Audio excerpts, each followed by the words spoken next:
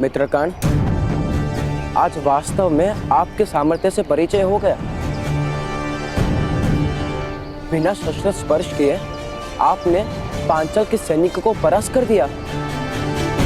आप अद्भुत हैं।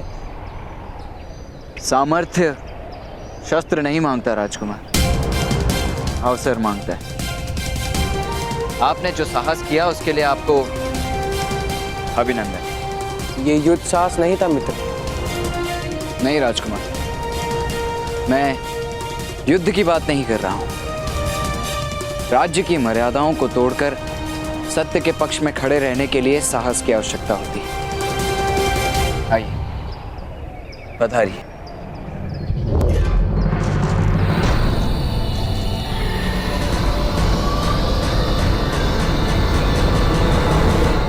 मेरा पुत्र अकेला है, किसकी प्रतीक्षा कर रहे हैं आप? जाइए, उसकी रक्षा कीजिए, सहायता कीजिए। सीमा पार करने का आदेश नहीं है हमें। अरे ये हमारी क्या सहायता करेंगे? हमें स्वयं आगे बढ़ना होगा। बढ़ो आगे, बढ़ो,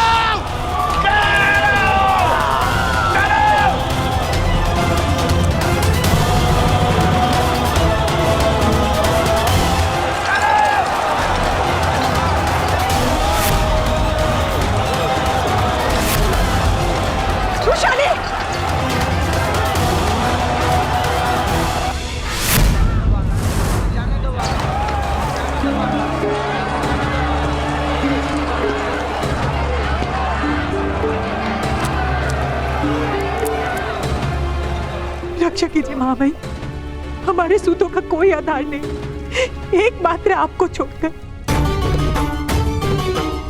मेरे पुत्र की सहायता कीजिए, बंदी सूतों की सहायता कीजिए। शांत हो जाओ राधा। चेतावनी दिए बिना मैं सीमा का उल्लंघन नहीं कर सकता।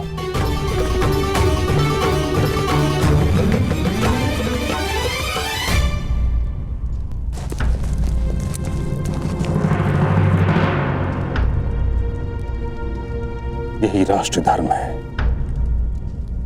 बंदी सूतों को शीघ्र ही मुक्त कराया जाएगा। हस्तिनापुर की प्रजा के रक्षण का उत्तरदायित्व मेरा है।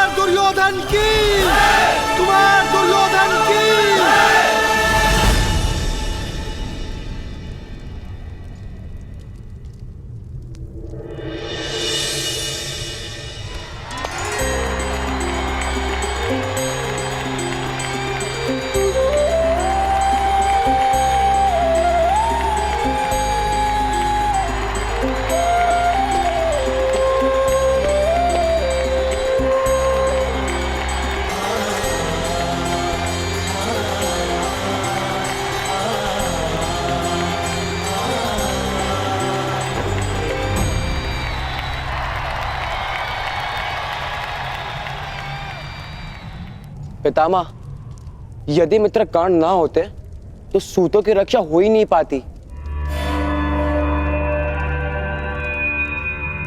हस्तिनापुर के प्रत्येक जन की रक्षा होती,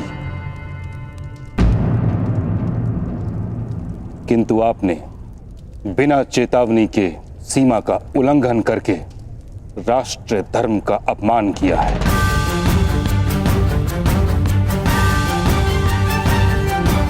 और इस अपराध का न्याय राज्यसभा में होगा।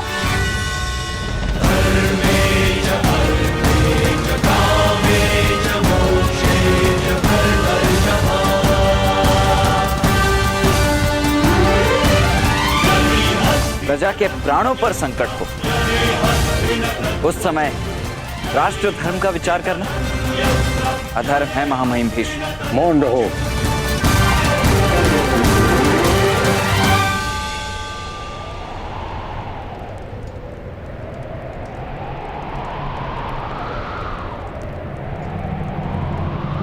जो सत्ता के स्थान पर बैठता है उसे प्रति क्षण राष्ट्र धर्म का विचार करना पड़ता है। जिसमें धैर्य नहीं उसे सत्ता का अधिकार नहीं।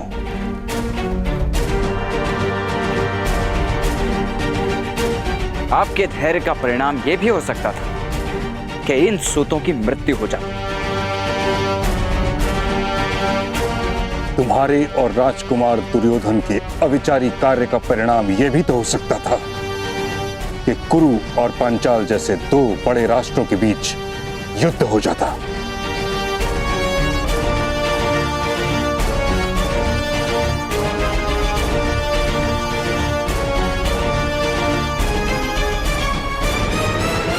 कुछ लोगों की मृत्यु के भय से समस्त समाज के लोगों की रक्षा का विचार त्यागा नहीं जा सकता।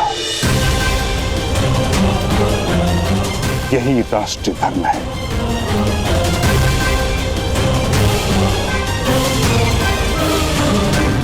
और राष्ट्र धर्म बलिदान मांगता है। महामहिम, ऐसा क्यों है कि क्षत्रियों का राष्ट्र धर्म सदैव हम जैसी छोटी जातियों का ही बलिदान लेता है?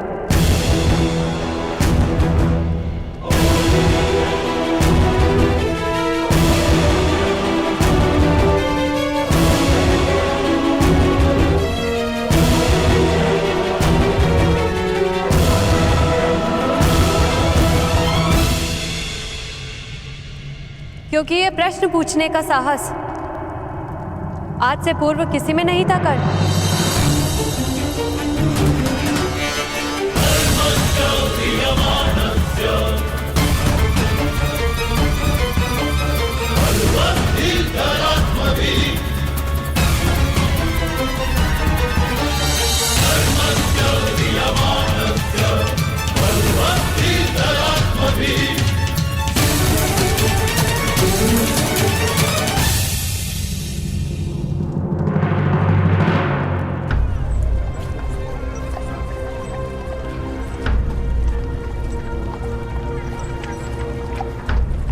वृषाली उचित कहती, आपसे पूर्व प्रश्न पूछने का साहस किसी में नहीं था और आपसे पश्चात उत्तर जानने का सामर्थ्य भी किसी में नहीं होगा।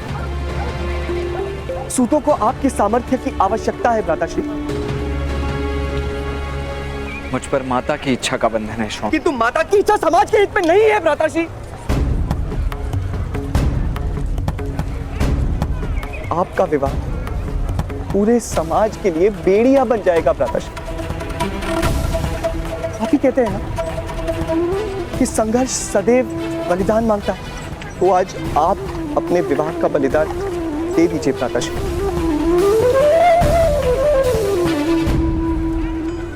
मैं वृषाली का बलिदान नहीं दे सकता शौन। वाग्दान के पश्चात यदि किसी कन्या का विवाह टूट जाए तो ये समाज उसे सम्मान पूर्वक जीने नहीं देता शौन। कन्या का सम्मान मिट्टी के पात्र की भांति होता है। चूल्हे का ताप तो सहन कर लेता है, किंतु ठोकर सहन नहीं कर पाता।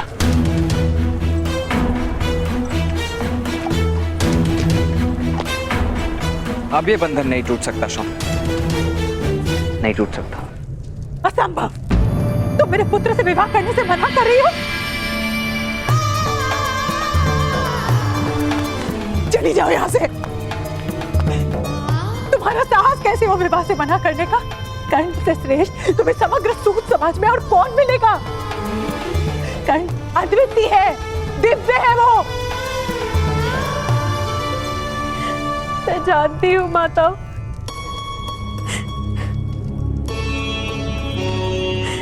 मैं कर्ण का तिरस्कार नहीं कर रही, अपने सद्भाग्य के द्वार बंद कर रही हूँ। ये जानती हूँ मैं।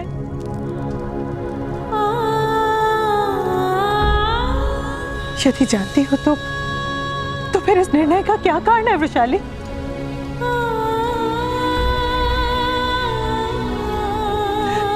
तुम जानती हो ना, तुम ही कर्ण का रक्षण हो।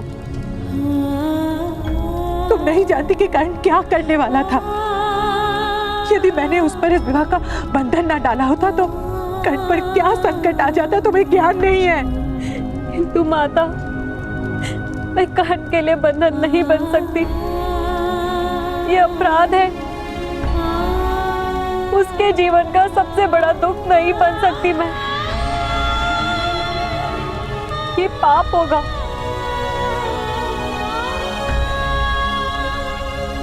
मुझे क्षमा कर दीजिएगा माता।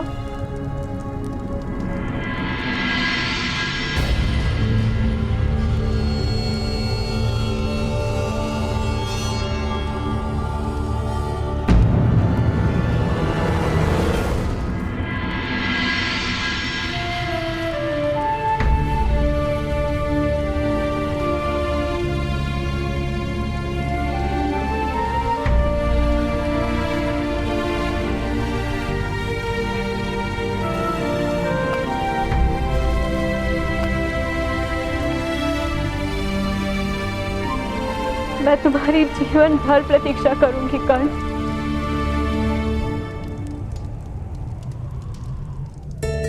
जाओ, लक्ष्य भेद करो।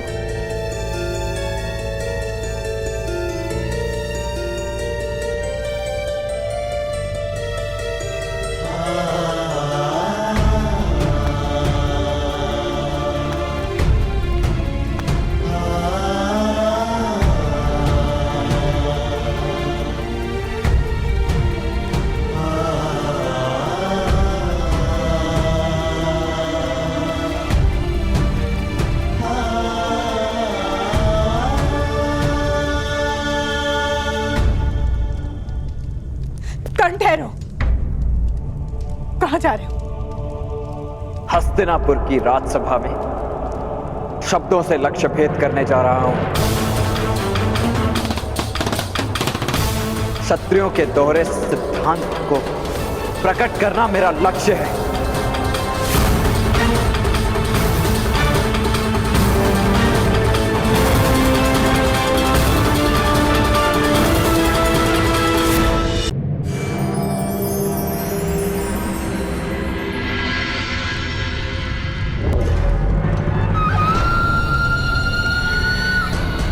राजकुमार, राज्य को चलाने के लिए नीति और सिद्धांतों का ज्ञान होना आवश्यक है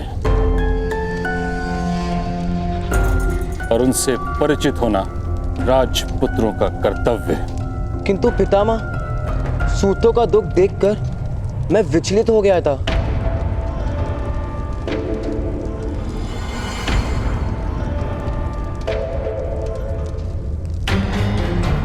कुछ सूतों का दुख देखकर आपके हृदय में दया उत्पन्न हो गई, ये जानकर संतुष्टि मिली मुझे।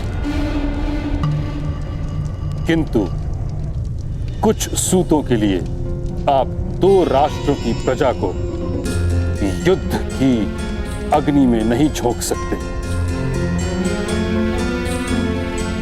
आपके इस कार्य ने युद्ध का संकट उत्पन्न कर दिया, इसलिए आपको दंड प्राप्त होगा।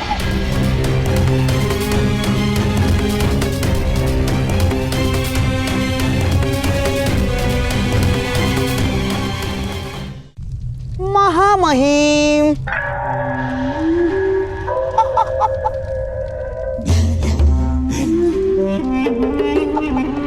किंतु राजकुमार दुर्योधन ने प्रजाजनों की रक्षा के लिए राजपुत्र के कर्तव्य का निर्वाह भी किया है महामहिम।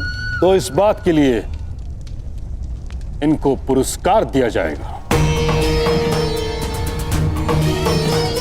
किंतु ये समय न्याय करने का है। और महाराज, मैं आपसे विनती करता हूं कि आप न्याय करें। किंतु ताचरी, दुर्योधन की शिक्षा दीक्षा अभी नहीं हुई है, उसको दंड किस प्रकार दिया जा सकता है? दंड भी शिक्षा का एक भाग माना गया है।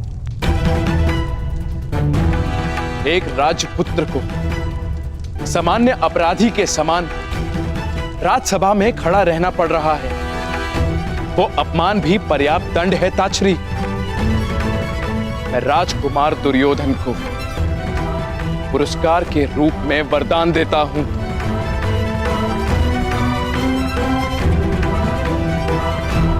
कि वो अपने जीवन काल में मुझसे एक बार जो भी वरदान मांगेंगे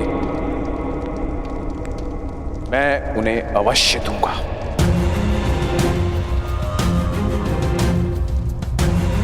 महाराज, आप केवल वही दे सकते हैं जिस पर स्वयं आपका अधिकार है, वह नहीं जिस पर गुरुकुल का अधिकार है। मुझे मेरी मर्यादा का ज्ञान है ताचरी। इस पुरस्कार का तुम उचित उपयोग करोगे दुर्योधन, ऐसी आशा करता हूं।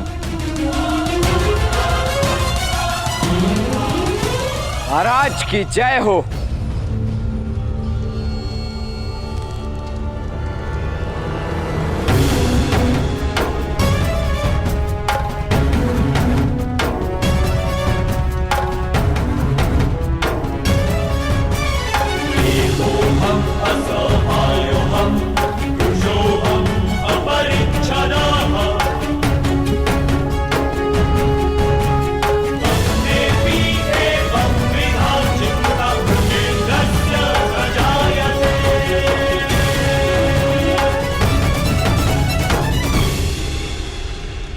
मैं भी अपना पुरस्कार प्राप्त करने आया हूं महाराज। राजकुमार दुर्योधन और मैंने ये कार्य साथ में किया था। यदि वे पुरस्कार के अधिकारी हैं तो स्पष्ट मुझे भी पुरस्कार का अधिकार है। कौन हो तुम?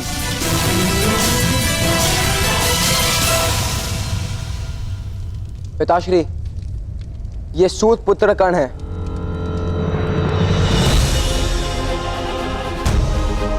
इन्होंने भी सूतों के रक्षा हेतु अपनी शौर्य का प्रदर्शन किया था। इनमें अद्भुत सामर्थ्य है पिताश्री। यदि ऐसा है तो तुम भी पुरस्कार के अधिकारी होकर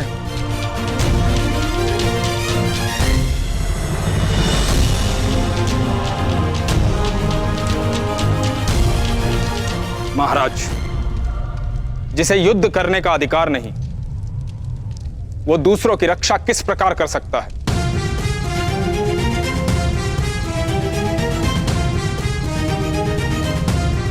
रक्षा करने का अधिकार केवल क्षत्रियों को है। सूतों को रक्षा प्राप्त करने का अधिकार है। इसलिए कर्ण को पुरस्कार देने का प्रश्न ही नहीं।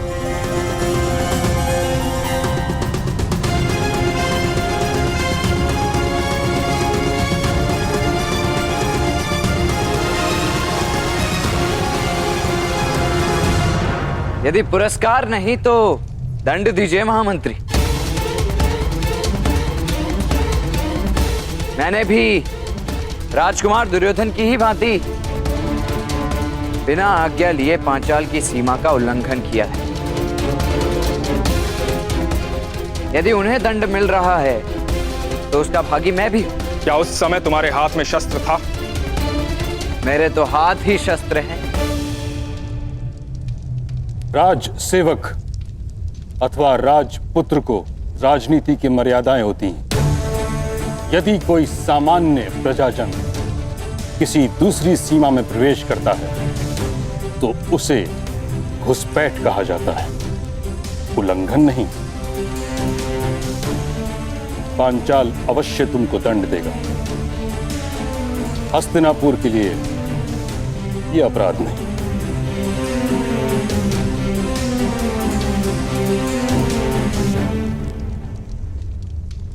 मैं जानता था महामहिम कि इस सभा में ना मुझे पुरस्कार प्राप्त होगा और ना ही दंड।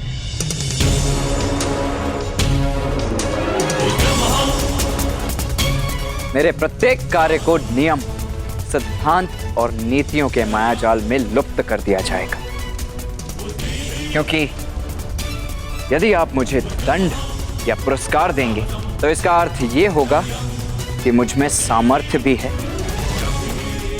और युद्ध करने का अधिकार भी।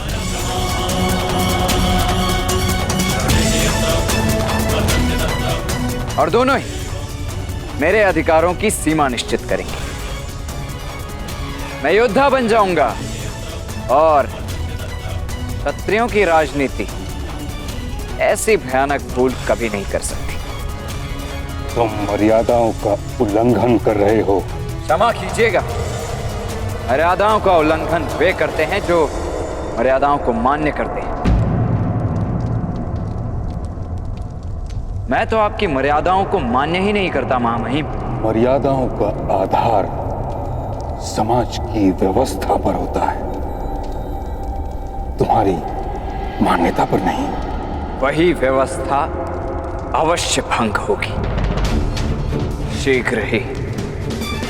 वसंत पंचमी के दिन हस्तिनापुर के सर सेनापति और कुरुवंश के श्रेष्ठ योद्धा एक सूत पुत्र के रथ में खड़े नहीं रह पाएंगे।